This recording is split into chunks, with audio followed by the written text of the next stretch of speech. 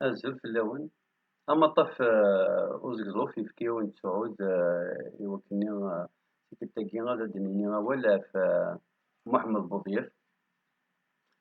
Donc d aselway n OHCE, d ameɣras u d argaz n tsertit.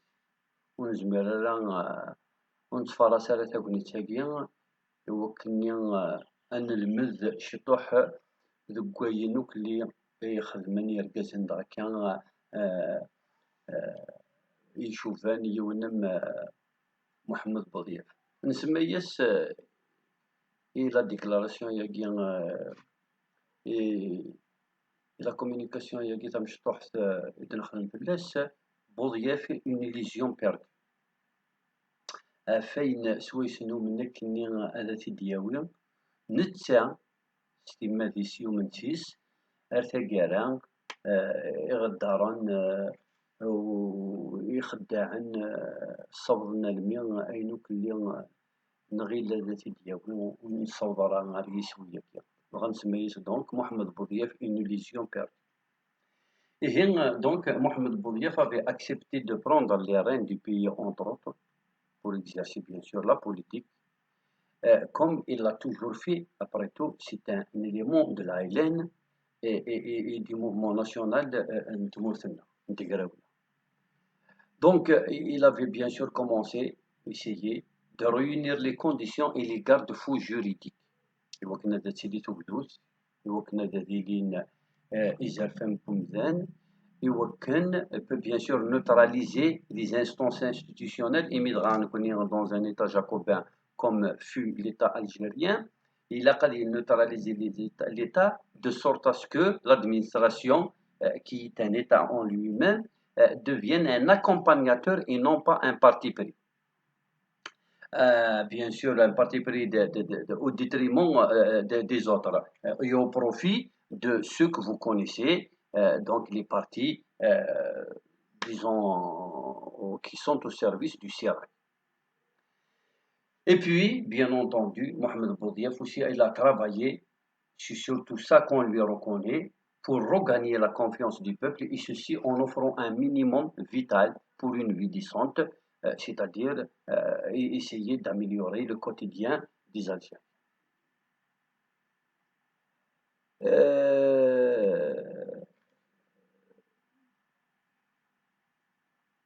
Niɣes Bouḍyaf yuɣal-d usirem xaṭer Algériens yellan dans l'appauvrissement, dans la clochardisation sociale, dans l'acculturation.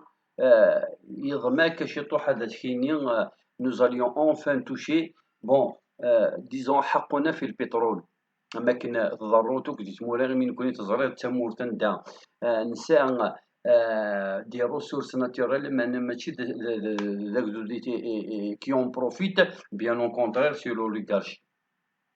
Donc en un mot, Mohamed Bouḍyaf voulait prouver aux citoyens que ce pays leur appartient et que le fameux slogan, min al-sha'b wa ila al-sha'b, va être réellement une chose concrète et effective. Et ça ne va pas être un slogan creux. La révolution, il est faite par le peuple, ce dernier doit donc tirer les dividendes. Malheureusement, ça n'a pas été le cas depuis toutes les années. Même post-indépendante, jusqu'à récemment, c'est-à-dire jusqu'à l'avènement de Mohamed Bouḍyaf, en qui on a vu un sauveur. Mohamed Bouḍyaf s'est donc engagé, qui était à la tête donc, du HCE, à regagner la confiance donc, des citoyens et puis à créer une atmosphère que les Algériens ont perdue depuis l'époque de Ben Bella, passant par Bouharouba et puis qui finit par Chadli, Sitaroua, entre autres, trop incriminés par un comportement, par des agissements et par des décisions qui laissent à désirer et qui ont déçu plus qu'un. Donc, doit-on dire, avec la venue de Bouḍyaf, l'homme providentiel est-il enfin arrivé? Cet homme que tous les Algériens attendaient et en qui on pouvait enfin investir notre confiance pour pouvoir construire enfin 40 ans, 50 ans après l'indépendance, l'Algérie. Donc, tout est question finalement de volonté politique. C'est vrai qu'en politique, on dit toujours, on a plus besoin de preuves que de déclarations. Mohamed Boudiaf donc était connu pour des phrases qu'il a laissées, qu'il a prononcées et qui lui valent une mémorable pensée de la part de tout le peuple algérien pour son courage et son dévouement. C'est lui qui a parlé de l'école sinistrée, c'est lui qui a posé la fameuse phrase qui restera malheureusement sans réponse jusqu'à maintenant, où va l'Algérie? Et c'est lui qui a tout simplement qualifié donc les décideurs et les dirigeants de la mafia politico-financière. Donc, où va l'Algérie de la caste? C'est justement à ce travail que s'est attelé Mohamed Boudiaf et ses conseillers et ses collaborateurs et tous les hommes et les femmes avec lesquels il a essayé de redresser un peu la barre de ce navire en naufrage, qui est l'Algérie. Donc, tous les acteurs qui voulaient donc changer les choses en faveur d'une Algérie libre et démocratique, à terme, commençaient à s'entendre autour d'un consensus. Donc, Boudiaf, c'est aussi un homme de consensus qui a réussi à réunir tous les courants politiques qui avaient bien entendu la même projection, à savoir construire une Algérie plurielle où il y aurait les droits de l'homme, où il y aurait la démocratie, où il y aurait une constitution consensuelle et sans doute une constituante, donc un parlement dans lequel tous les partis politiques et toutes les forces vives de la nation vont figurer et vont donc être représentées. Mais, bien entendu, c'est trop beau pour que ça soit vrai.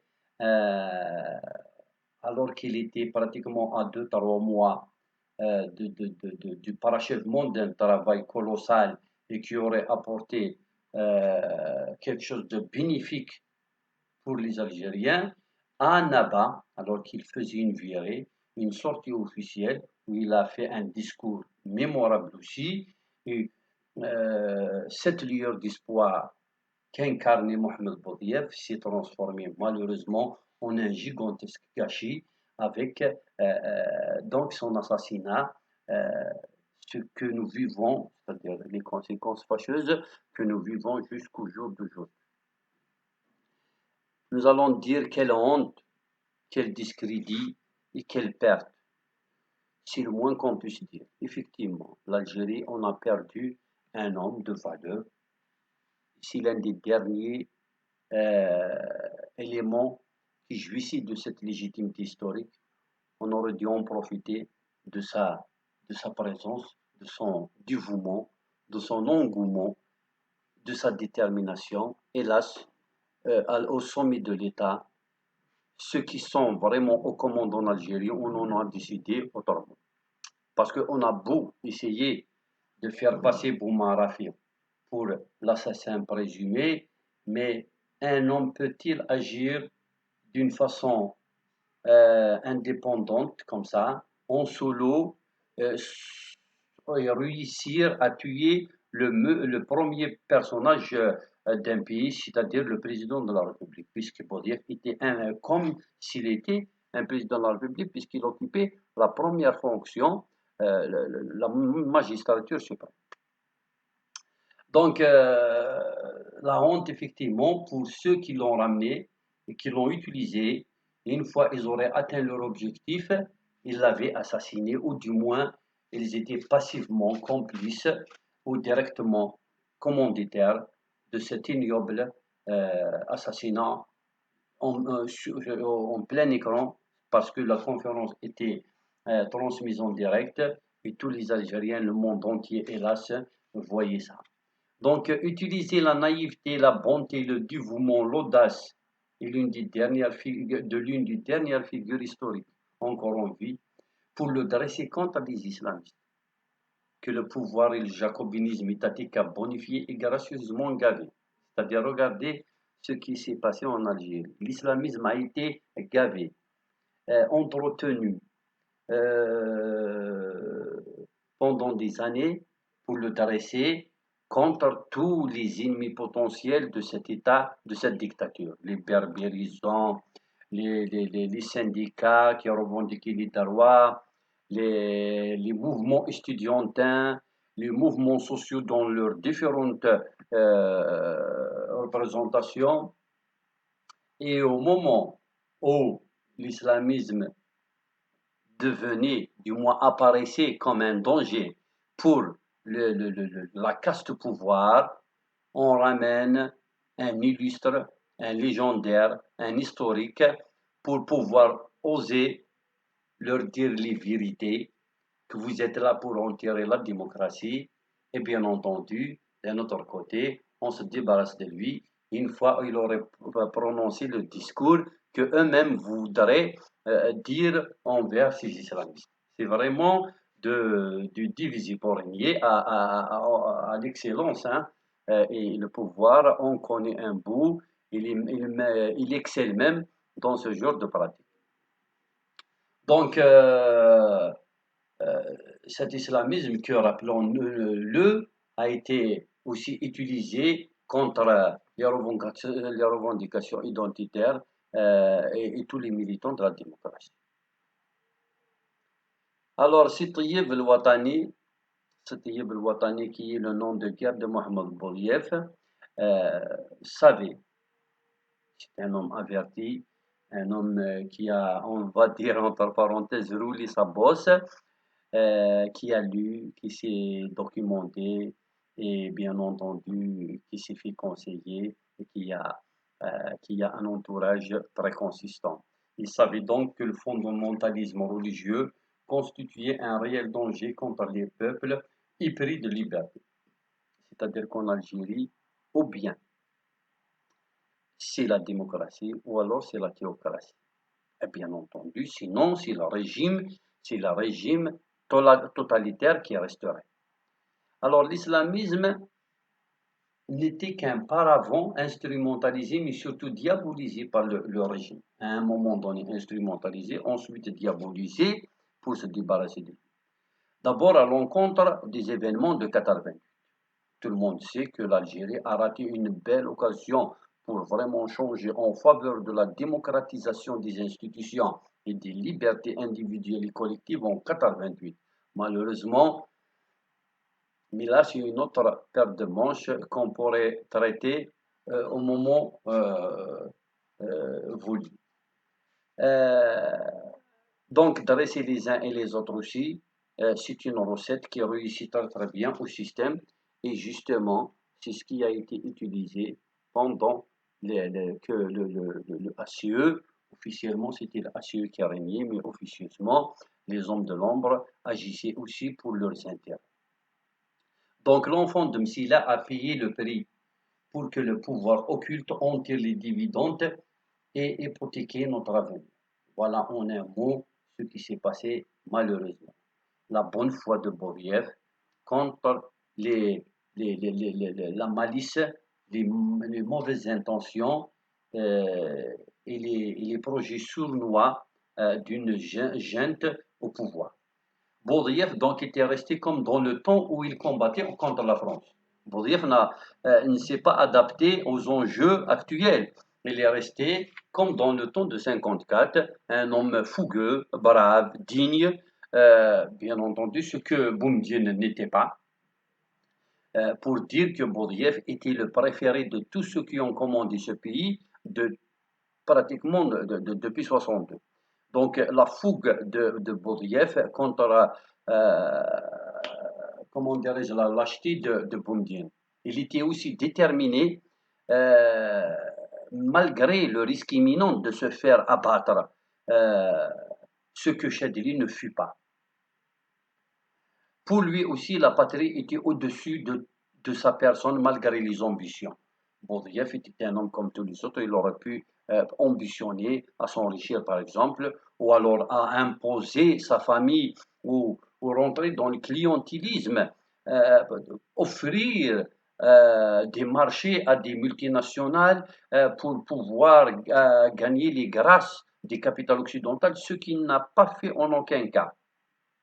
Donc, on va comme lui reconnaître ça. Donc, déterminé et puis surtout trop patriote. Par contre, par exemple, quelqu'un comme Boutef, euh, il avait tous ses défauts.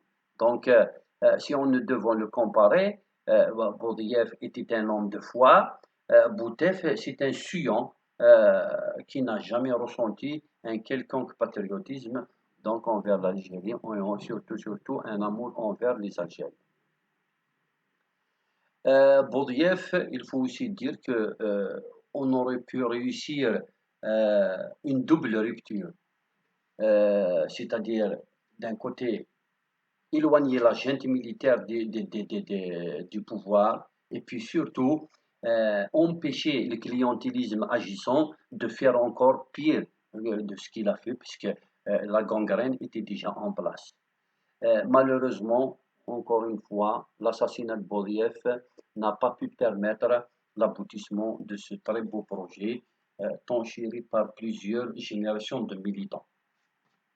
Donc l'Algérien, le sauveur des valeurs républicaines, c'est-à-dire donc Mohamed Boudiaf, celui qui a offert une chance au régime pour se racheter auprès du peuple et criblé de balles, souillé en public, au su et au vu du monde entier. On se tue pour plaire aux autres. Effectivement, c'est comme si on devait tuer Boudiaf en plein public pour plaire à quelqu'un qui est à l'étranger, qui est plus puissant que soi, pour qu'on puisse rester au pouvoir. C'est incroyable, l'effroyable assassinat dont a été, euh, comment dirais-je, victime le feu Mohamed Boudiaf, pour qui on doit beaucoup. Ses amis du HCA n'ont dit mot, parce qu'effectivement, le HCE, bon, lui, il était à la tête, mais il y avait aussi d'autres, il y avait 4 autres camarades, euh, pratiquement eux aussi, ils étaient dans la Hélène, ils étaient dans la guerre de libération, des gens de son âge, des compagnons de route, on va dire. Et d'ailleurs, les 4 ont été dans la délégation qui est allée chercher et convaincre Mohamed Boudiaf pour venir sauver le pays, puisque c'était l'expression qu'ils lui ont prononcée pour gagner sa confiance et attirer son attention sur l'importance de sa venue pour justement pallier à tous les problèmes dont l'Algérie souffrait dans l'époque, donc 92, quand il était venu. Et malheureusement, après son assassinat, aucun de ses 4 amis n'a osé dire des vérités, n'a osé ébranler les institutions pour dénoncer ce crime, pour dire enfin, par exemple, les commanditaires et prendre la position publique pour réconforter au moins le peuple. Pourquoi pas sa famille aussi, sa femme, son fils. Eh bien, qu'est-ce que nous allons dire d'eux? Un jour de vieillesse, ils mourront. On se rappellera alors leur ignominie choisie. Ils ont effectivement choisi délibérément et sciemment leur ignominie. Et bien entendu, ils finiront par sortir par la petite porte de l'histoire. Et déjà, c'est le cas puisque quelques-uns parmi les membres du HCE sont décédés. Personne n'en parle, personne ne se rappelle d'eux, si ce n'est que de mauvais souvenirs, parce qu'ils n'ont fait en aucun cas du bien au peuple algérien. Tout ça, bien entendu, un pays meurtri. Donc, alors que d'un autre côté, il y a l'oligarchie qui se la coule douce. Euh, on va dire quelques milliers de privilégiés. Il y a à peu près 35 000 familles dont le statut est hué. Parce que être oligarque, ce n'est pas honorable, ce n'est pas à la mode et ce n'est pas moderne. Il y a des pays qui ont, depuis très très longtemps, des années, des siècles, ils ont oublié tout ça. Ce, ce mode de gouvernance médiévale où un calife, un sultan, un homme gouverne on n'aime pas avec une main de fer toute une population. C'est vraiment révolu. Il n'y a que dans des pays comme l'Algérie que ce genre de pratique sévit encore. Et en guise de conclusion, nous allons dire pour Baudelaire, dors bien, numide. Toi qui as été chassé de chez toi après avoir livré bataille contre le colonialisme. C'est vraiment incroyable comme ironie du sort. Libérer un pays, libérer son propre pays, ensuite se faire chasser de ce propre pays et rester dans le pays voisin, à quelques kilomètres de la frontière, et observer toutes les injustices qui se sont commises par ceux qui ont gouverné, qu'on appelle maintenant le groupe d'Oujda, c'est vraiment très, très, très malheureux. Déjà pour lui, essayons de nous mettre à sa place.